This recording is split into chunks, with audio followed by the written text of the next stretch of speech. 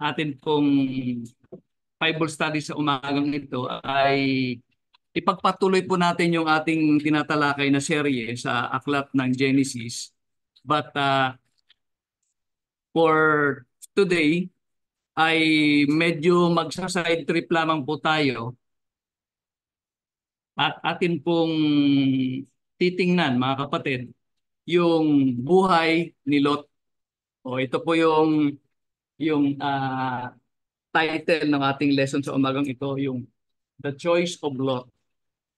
And in this study, we will look at how our choices and decisions affect our future just like it affected the Lot. No? So atin pong titingnan dyan yung nasa Genesis chapter 13 verse 1 to 4. Chapter 13 verse 1 hanggang chapter 14, the last verse ng chapter 14. And then again, Genesis chapter 18 verse 20 hanggang chapter 19 na, last verse of chapter 19. So, ito pong buhay ni Lot, mga kapatid, ay naka-intertwine doon po sa buhay ni Abraham. No? Kung inyo pong natatandaan, yung atin pong tinalakay noong nakaraan, nasa paglalakbay ni Abraham, galing sila sa Ur, papunta sa Haran, tapos from Haran, papunta ng Kanaan, papunta ng Egypt, kasama po niya ito si Lot. No? So, atin lang pong just a little or a quick background on Lot. And we all know this, na si Lot ay nephew, pamangkin ni Abraham.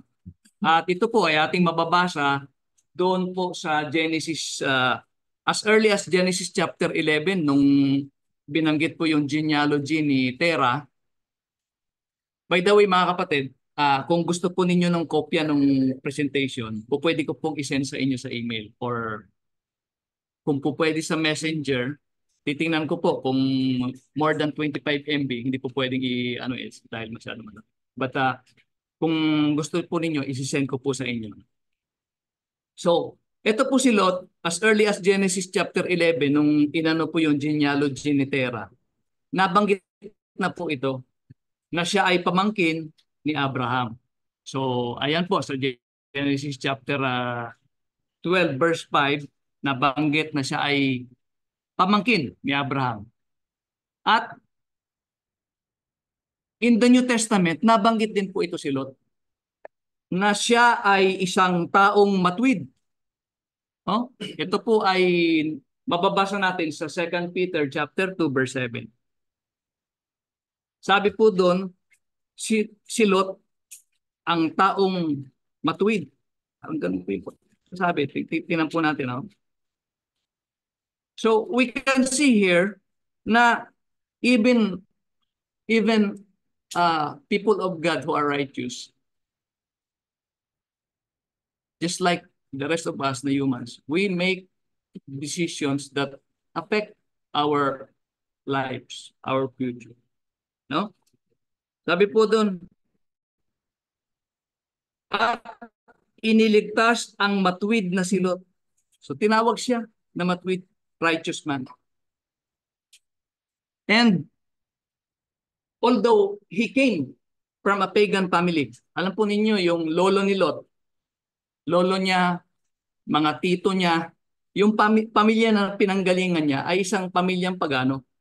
And they serve other gods. Sabi po sa Joshua chapter 24 verse 2.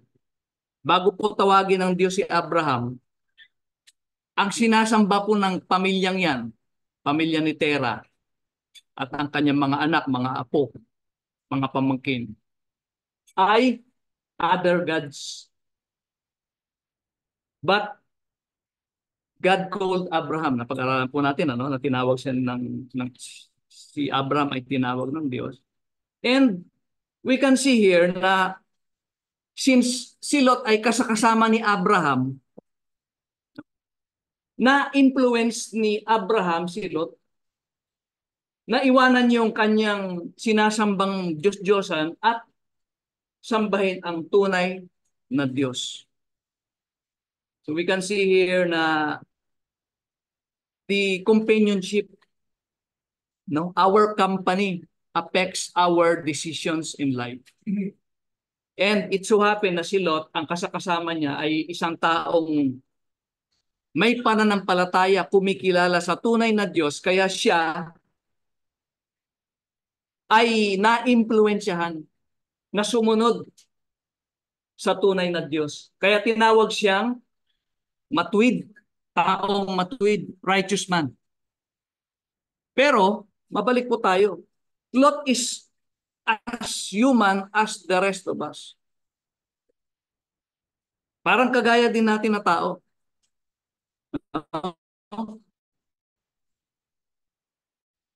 Na nakagagawa ng mga desisyon, ng mga choices, or minsan ay hindi ganun kaganda. So,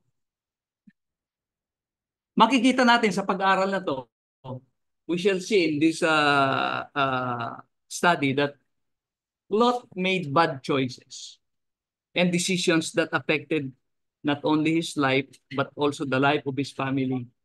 And it almost caused his destruction, yung kanyang kapahamakan. So, balikan po natin yung nasa Genesis. No? Dito po kasi sa Genesis chapter 13, nandyan po yung kasaysayan na naghiwalay si Lot at saka si Abraham. So, in verse 3 ng Genesis chapter 13, most probably nandito sila sa lugar na to, between Bethel and Ai. And yun na po, ang kasaysayan, dumami sila eh. Yung mga pastol ni Lot at mga pastol ni Abraham, nag-away-away na sila kasi sobrang dami na nung kanilang pinapastol. Hindi na sila kayang i-accommodate ng lupa. Kaya nagkaroon sila ng quarreling dyan. Yan, quarreling. Arose between Abram's herders and Lot's herders. Kaya sabi ni Abraham kay Lot, huwag tayo mag-away dahil magkapamilya tayo. No? Tayo'y relatives. We are close relatives. Sabi ni Abraham kay Lot, hindi baga ang lupain ay nasa iyong harapan? Pumili ka. Kung pipiliin mo yung nasa kaliwa, dito ako sa kanan. Kung dito ka naman sa kanan ang pipiliin mo, doon ako sa kanan. Makita natin dito yung humility ni Abraham. Pero yun po ninyo, siya yung tito. Siya pa yung nagpakumbaba. Siya pa yung nagsabi kay Lot na pamangkin niya na, ikaw munang maunang pumili. So yan po yung yung kasaysayan. And sa pagpapatuloy diyan sa Genesis chapter 13, itinanaw ni Lot yung kanyang paningin. Siyempre, sinabihan siya ni Abraham, mamili ka. E di, itinanaw niya, asan kaya magandang piliin. And Lot saw the plain of the Jordan. Ito po. Ito po yung Jordan River. So ito yung plain of Jordan. Hanggang dito, tanaw niya. Bakit po? No? If they are here, and most probably they are here, kung nandito sila, ito pong part na ito ay bulubundukin. Mataas po ang elevation niya. So kapag ka nandun po sila, makikita mo yung horizon. Kita mo yan. No? So itinanaw ni Lot at nakita niya na it was well-watered itong lugar na ito. Papunta dito. No? Ito po yung lugar ng Sodoma and Gomorrah most probably kasi even until now, hindi pa rin na-establish talaga kung nasaan yung Sodom and Gomorrah na yan. So, in all probability, most probably, nandito siya. Kasi may mga iba nagsasabi nandito ang Sodoma, meron namang iba nagsasabi nandito. Pero magkakatabi po yung mga yan, Sodom, Gomorrah, at yung Zoar. Now, nakita ni Lot na ang lupain na nandito ay maganda. Bakit? Eh malapit sa ilog eh. Kaya nga sabi diyan, it was well watered, like the garden of the Lord, which is the garden of Eden, and like the land of Egypt. Kasi yung pinuntahan nila sa Egypt, malapit sa Nile River, yung tributaries ng Nile. So, luntian yung mga punong kahoy, it was yung vegetation maganda. And this was before the Lord destroyed Sodom and Gomorrah, which we will go on later mamaya. So, ang sabi diyan, pinili ni Lot yung whole plain of the Jordan. So, just a picture. Parang ganyan mga kapatid ang nakita niya. Not necessarily yan yung actual picture, pero parang ganyan, no? Kasi kung nandito siya, sabi ko nga, ang elevation niya nasa mga 800 to 1,000 meters above sea level. Mga bundok to eh. Itong Bethel na, yung mga bundukin niya na part dito. So ang makikita mo talaga sa horizon, ah yung kung ano yung ganda ng lupain. Eh nakita niya ito, sabi niya maganda. No? So ito yung pinili niya. Lot chose for himself the whole plain of the Jordan and set out toward the east. So ito yung pinili niya. So pumunta sa puti. Kaya sila po ay naghiwalay ni Abraham.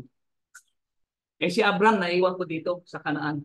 Si Lot naman pupunta doon. Di ba sabi niya, kung ikaw pupunta sa kanan, ako naman sa kaliwa. Kung sa kanan ka pupunta, ako sa kaliwa ka, dito naman ako sa other direction. So, pumunta si Lot dito, si Abraham nanatili dito sa lugar na ito. Kalupay ng Kanaan. And I want us to notice this verse. Ang sabi niya, di naghiwalay na sila, no? Abraham lived in the land of Canaan, while Lot lived among the cities of the plain and pitched his tents near Sodom. Dito po, malapit sa Sodoma. So somewhere here, diyan po siya tayo ng kanyang mga tolda. Remember, they are shepherds. Nag-aalaga po sila ng mga tupa, mga baka. So, ang buhay po nila ay nagtatayo sila ng mga tolda. Dito po nagtayo si Lot ng kanyang tolda. He pitched his tents near Sodom. So, sa umpisa, makikita natin na hindi naman talaga siya doon pumunta sa Sodom kaagad eh.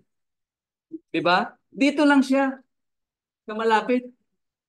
But it didn't take long for Lot to join the city of Sodom.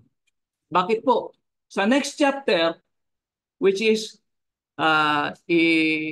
ilalahad dyan yung susunod na mga pangyayari sa buhay ni Lot na siya ay dinalang bihag nung due to the gera.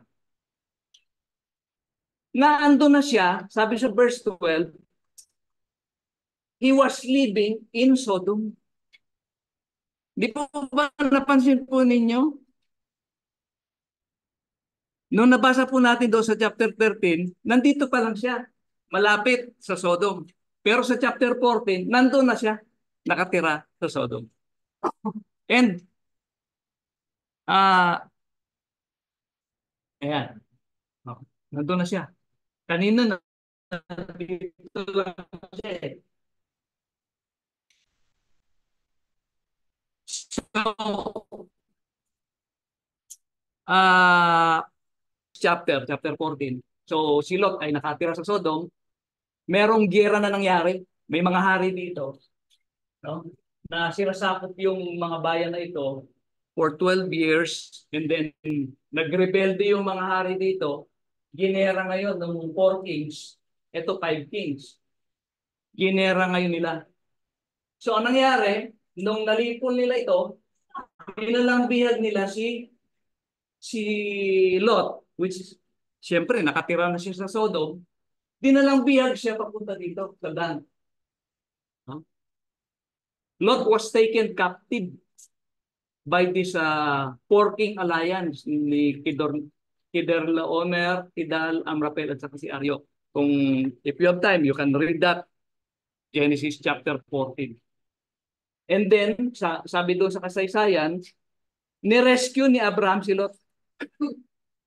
But then, ito po hindi nabanggit, pero ito po ang nangyari. Bumalik si Lot sa Sodom. No? Bumalik si Lot sa Sodom. Bakit? Sa susunod na pangyayari, which is already in chapter 18, ituloy po natin yung kasaysayan. So, bumalik si Abraham sa Canaan, si Lot naman, nung na-rescue siya sa kanyang pagkabihag, bumalik doon sa siyudad ng Sodom. And now, in Genesis chapter 18, nung si Abraham ay binisita ng tatlong anghel, no? Nung sila ay umalis na, ang Diyos ay nakipag-usap kay Abraham. Sinabi ng Diyos, verse 18, Genesis chapter 18, if you have your Bibles with you, you can read with me. No? Genesis chapter 18, and that is verse 20. Ang sabi doon, at sinabi ng Panginoon, ito po yung conversation nila ni Abraham, sapagkat ang sigaw ng Sodoma at Gomora ay malakas, at sapagkat ang kasalanan nila ay napakalubha. Remember, in Genesis chapter 18, nabasa po natin doon na sinabi doon na ang syudad na yan, na Sodoma, ay they were wicked and sinners before the Lord exceedingly. No? Sabi diyan, the outcry against Sodom and Gomorrah is so great and their sin is so grievous.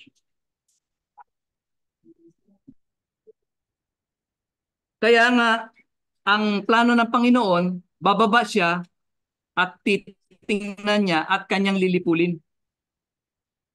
So, the next chapter, at the next verses pala, mga kapatid, I'm sorry. Ito na nga po, masyado nang ginawa ko nilang kinumpres ko na lamang po. No? Ang sumunod na pangyayari dyan, since sinabi ng Panginoon kay Abraham, lilipulin ko yung syudad ng Sodoma at Gomora. Ngayon si Abraham nakipag-bargain sa Panginoon. Nakipag-bargain siya, sabi niya, Panginoon, kung meron po bang 50, nag-umpisa sila sa 50 meron po bang 50 na matuwid na nandyan sa syudad na yan, lilipulin mo baga ang syudad na yan? Sabi ng Panginoon, for the sake of the 50 righteous, hindi ko lilipulin. Eh di binaba niya yung kanyang 45, naging 40, naging 30, naging 20 at umabot sa 10. Sabi ni Abraham sa panghuling bargain niya sa Panginoon, Panginoon, kung merong 10, pero inyo sa buong syudad na yan na ang daming tao nakatira, sabi ni Abraham, Panginoon, kung makasumpong ka ng 10 na matuwid, lilipulin mo pa ba yung syudad na yan? Sabi ng Panginoon, for the sake of the 10 righteous, I will not destroy the city. Marahil mga kapatid, hindi alam ni Abraham na hindi abot sa 10. No? Ang alam niya lang, si Lot na kanyang pamangkin at yung kanyang pamilya ay nandoon nakatira. No? Pero yung pag-usap nila ng Panginoon, natapos dito sa 10, yung kanyang pag-bargain sa Panginoon. So, tuloy po natin. Yun nga po.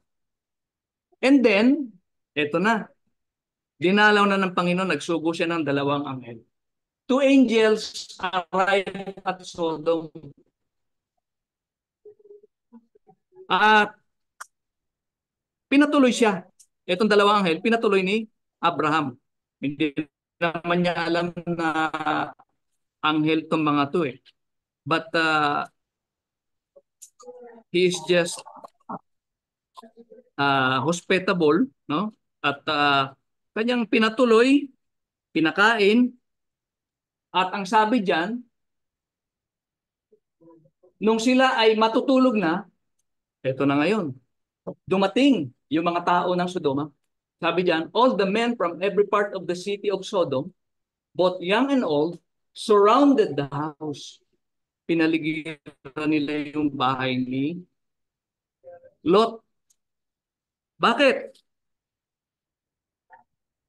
Sabi diyan, they called to Lot, sabi nila, nasaan yung mga bisita mo, Lot? Sabi niya, sabi ko po sa Tagalog at kanilang tinawagan si Lot at sinabi sa kanya, sana nga roon ang mga lalaking dumating sa iyo ng gabing ito. Ilabas mo sila sa amin upang, sabi dito sa Tagalog, kilalanin namin sila. But uh, the the Hebrew word is yada, ibig sabihin, uh, more than knowing. Sa NIV translation na sabi, bring them out to us so that we can have sex with them.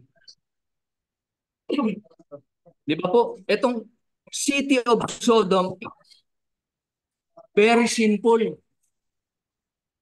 Diyan nga po nanggaling or kinuha yung salitang sodomy. No? If you come across with the word sodomy, which is maraming, tiningnan ko maraming ibig sabihin eh. It can be a uh, sexual activity between people of the same sex. It can be anything that is related to sexual na sin, kasalanan. So, yan po ang gustong gawin ng mga ano, kaya gusto nilang ilabas yung bisita ni Lot. But then, uh, uh, next slide. But then, lumabas si Lot, nakiusap siya. Sabi niya, huwag ganun. Bisita ko yung mga yan eh. And in fact, to protect this man, inoffer pa niya yung kanyang dalawang anak na babae in exchange. Sabi niya, I have two daughters who have never slept with a man. Let me bring them out to you and you can do what you like with them. But don't do anything to these men for they have come under the protection of my roof. So ganun po yung customary nila ng mga panahon na yon kapag ikaw po ay bisita, pangangalagaan ka talaga nung may-ari ng bahay. To the point na ibibigay pa nila yung kanilang mga anak para ikaw ay maprotektahan. Which is, ito po yung ginawa ni Lot. Kaya lamang po, mga kapatid, ayaw ng mga gusto nila yung bisita ni Lot. Ayaw nila doon sa anak niya mga babae. Gusto nila yung bisita ni Lot. So, ang nangyari, since pinipressure na nila si Lot na makapasok, hinilang ngayon ng dalawang anghel si Lot papasok at isinara yung pintuan at binulag yung mga tao para hindi nila makita yung pintuan. The angels struck the men who were at the door of the house with blindness, both young and old, so that they could not find the door. So, yun po mga kapatid. Not offer these two daughters instead, but they really wanted the men. And then, sa next verses,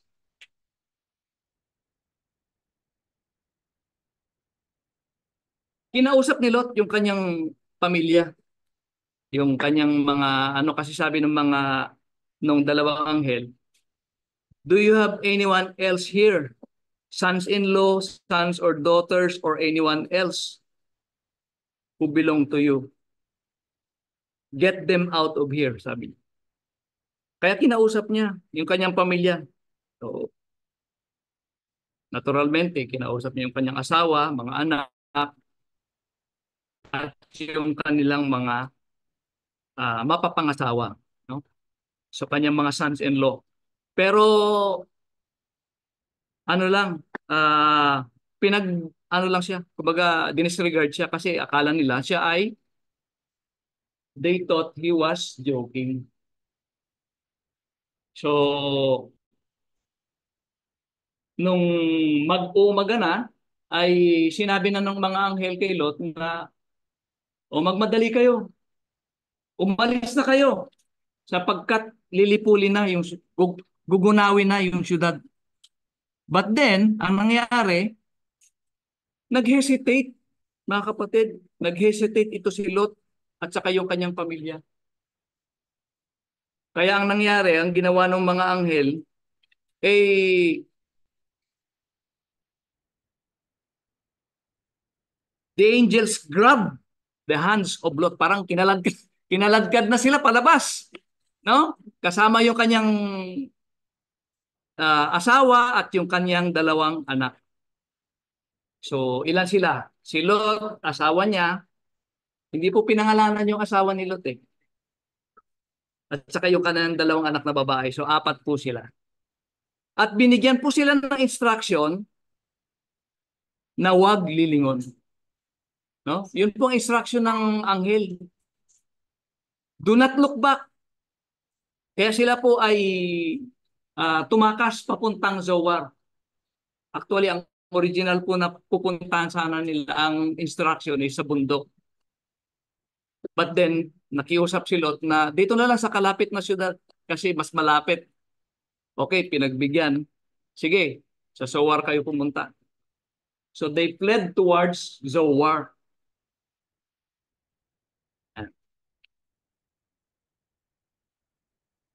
And then, sa mga susunod po na, no, na verses, verse 23 to 29, makikita po natin dyan, no, na nung pinaulanan na ng Diyos ng asupre, ano ba yung brimstone dyan sa Tagalog, no?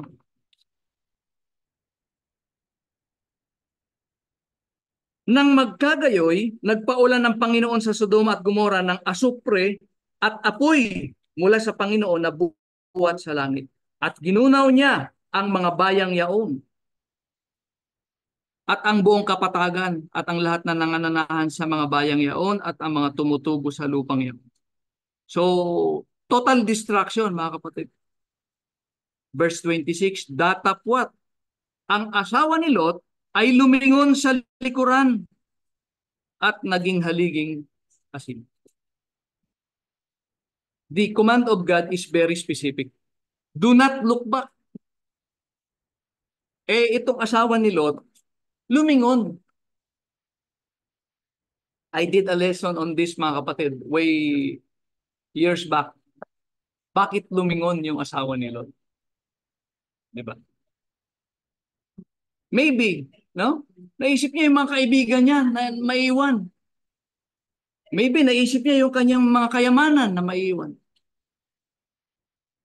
Attach yung kanyang emotions, yung kanyang pagkatao doon sa kanyang iiwanang karangyaan. No? So, ito po, mababasa po natin ito sa Luke chapter 17, mga kapatid.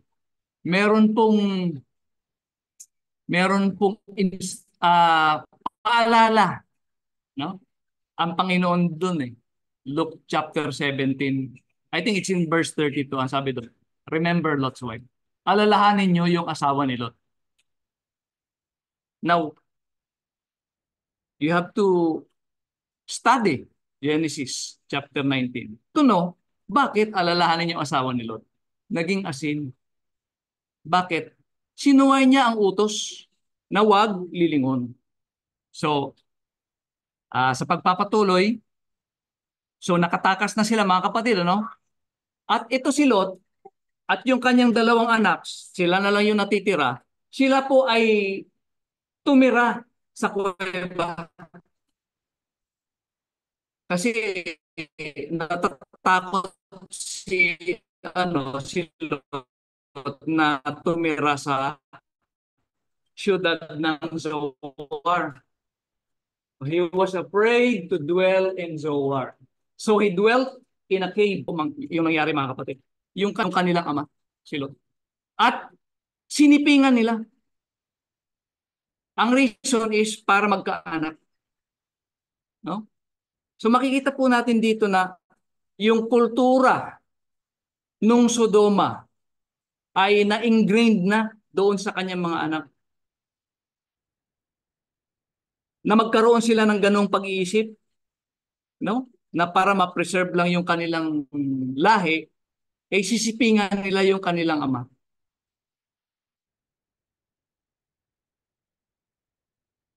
Their thought process is already the same with the thought process of the city of Sodom and Gomorrah. Naging makamundo na sila, naging kapareho na nila mag-isip yung siyudad ng Sodoma at Gomorrah. Masaklap yung nangyari kay Lot, mga kapatid, dahil po sa choices and decisions na kanyang ginawa sa kanyang buhay. So, atin pong isa-isahin. Ano ba yung mga wrong choices and decision na ginawa ni Lot sa kanyang buhay? Una, Lot made the wrong choice or decision in choosing a place or community to live in. Bakit? Sabi nga po doon sa Genesis chapter 13 verse 13, yung mga tao ng Sodom ay masasama.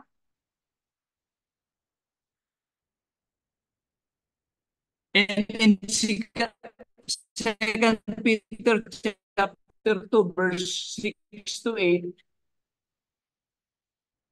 eto na po, pamaya na siya doon sa nakipamuhay na siya doon sa siyudad ng Sodom. Ang sabi doon, he was distressed. Yung kanyang righteous soul was tormented day and night, day after day. Araw-araw na nakikita niya, he saw and heard the lawless deeds, the sinfulness of the people around him. Araw-araw, makikita mo yung kasamaan ng mga tao sa iyong paligid. Pero,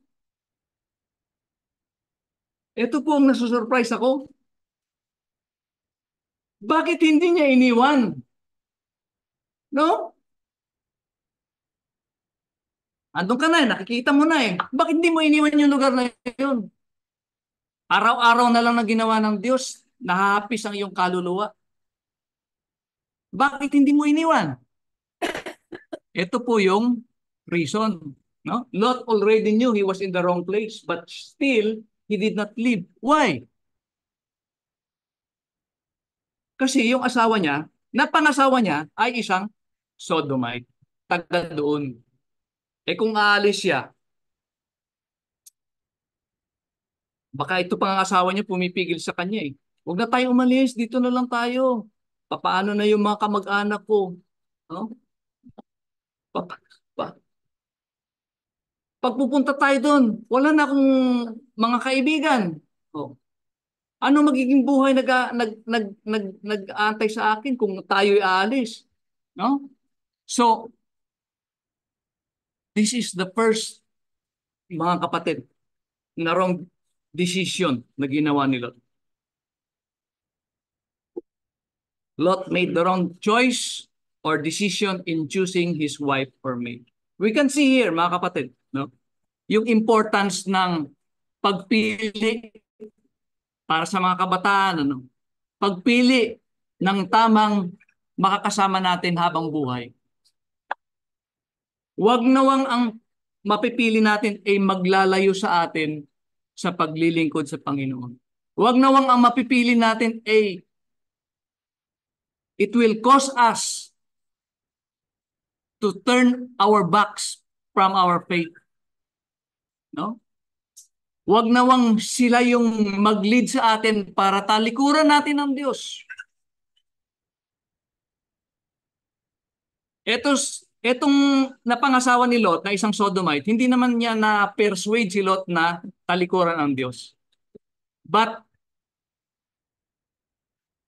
sa pangyayari, makikita natin na hindi siya fully na-influence. Bakit? Lumingon nga siya eh. Di ba? Lumingon nga siya. Ibig sabihin yung kanyang puso, pag-iisip niya, nandoon pa rin sa siyudad ng Sodom. Another reason why it was very hard for Lot to leave that place.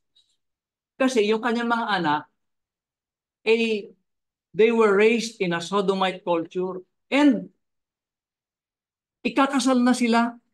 Sabi kasi sa ibang translation, son-in-law. Sa ibang translation naman, the men they are going to marry. So yung ikakasal pa lang sila. They will soon end up marrying sodomite men. So ito po yung pangalawang maling desisyon ni Lot. No? He failed in guiding his daughters in their interaction with the world around them. Bakit ko po nasabi mga kapatid? Yung thinking ng mga anak niya, kagaya din ng thinking ng sodomite culture. Hindi po ba, nung nandun sila sa kuweba, ginawa nila ng paraan para makasiping nila yung kanilang ama. And in raising his daughters, I think this is one of those aspects na Lot failed miserably. He failed. And part of that is because mahirap naman na palakihin mo yung anak mo sa isang environment na yun ang palagi nilang nakikita.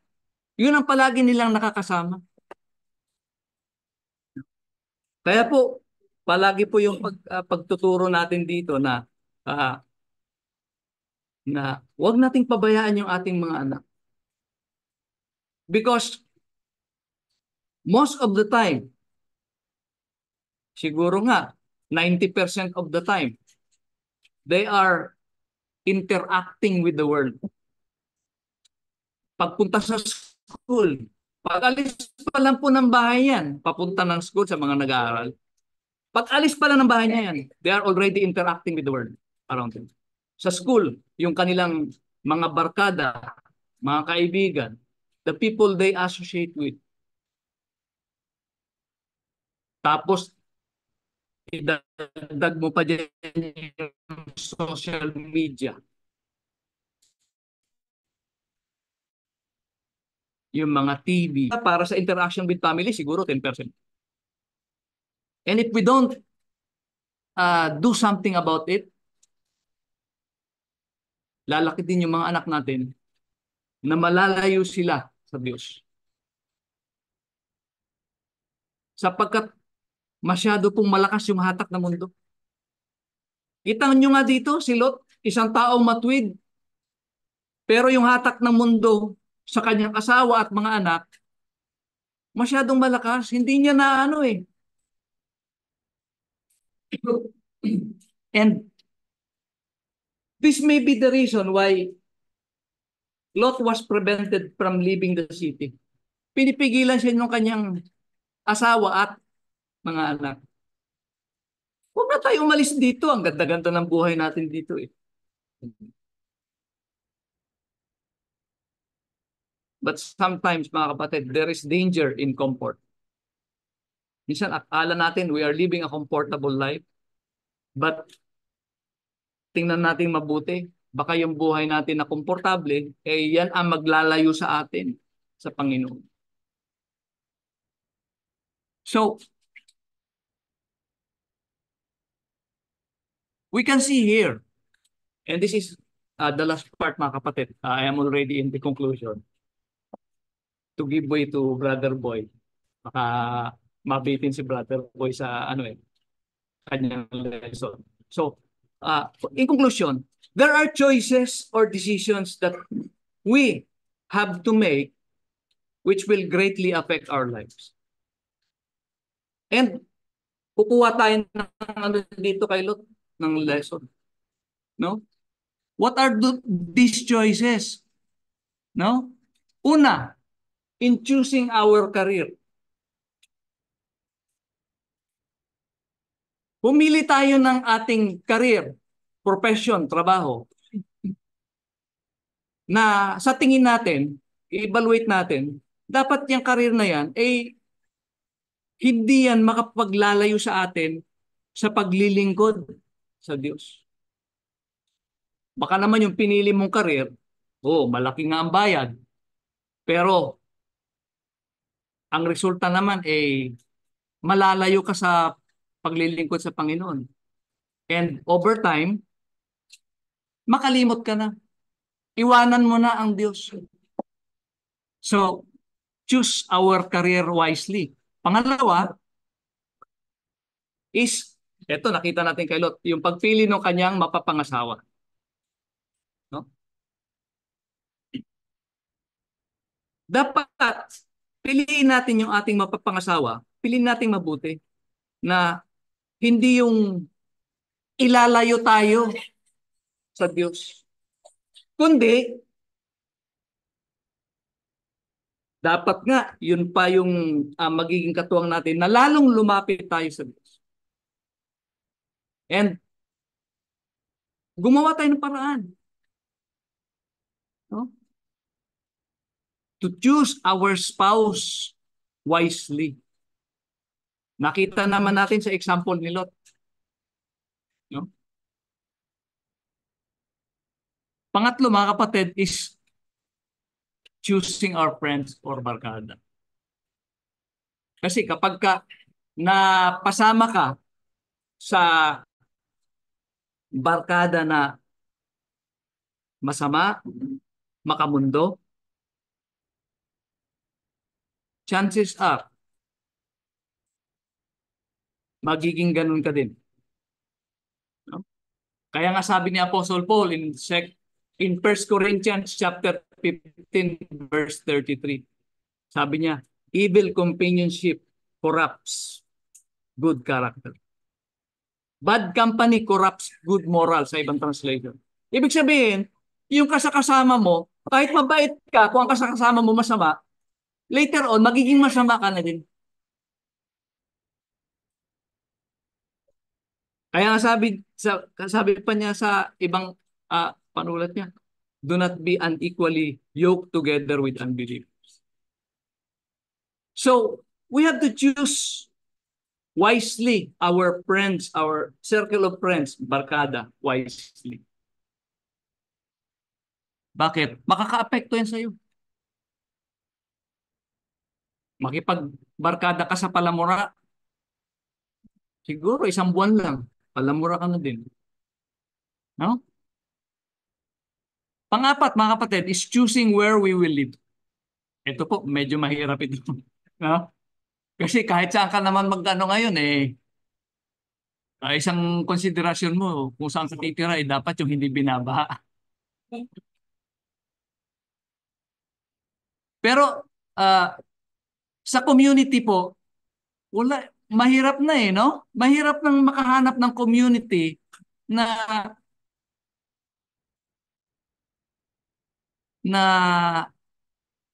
magaganda yung ugali ng tao. No? So as much as possible, iwasan po nating tumira doon sa community na yung Opo, no? Doon nga sa amin pagka nahahapis din yung aming kaluluwa sa pagka naririnig namin yung mga maliliit na mga bata, naglalaro doon sa may kalsada, no? Malapit. Kung makapagmura, mga kapatid, it is because of doon pala sa bahay nila, sa kanilang pamilya, Ganun na yung naririnig nila. No? So yan po. Yan. Choosing where we will live, just like Lot. And the last but not the least, mga kapatid. Ito po ang pinaka-importante. The choice to follow and serve God. If there is one decision that you have to make na talagang ito yung pinaka-importanting decision na iyong gagawin. Ito po yung to follow and serve the one true God. The God of Abraham, Isaac, and Jacob. So,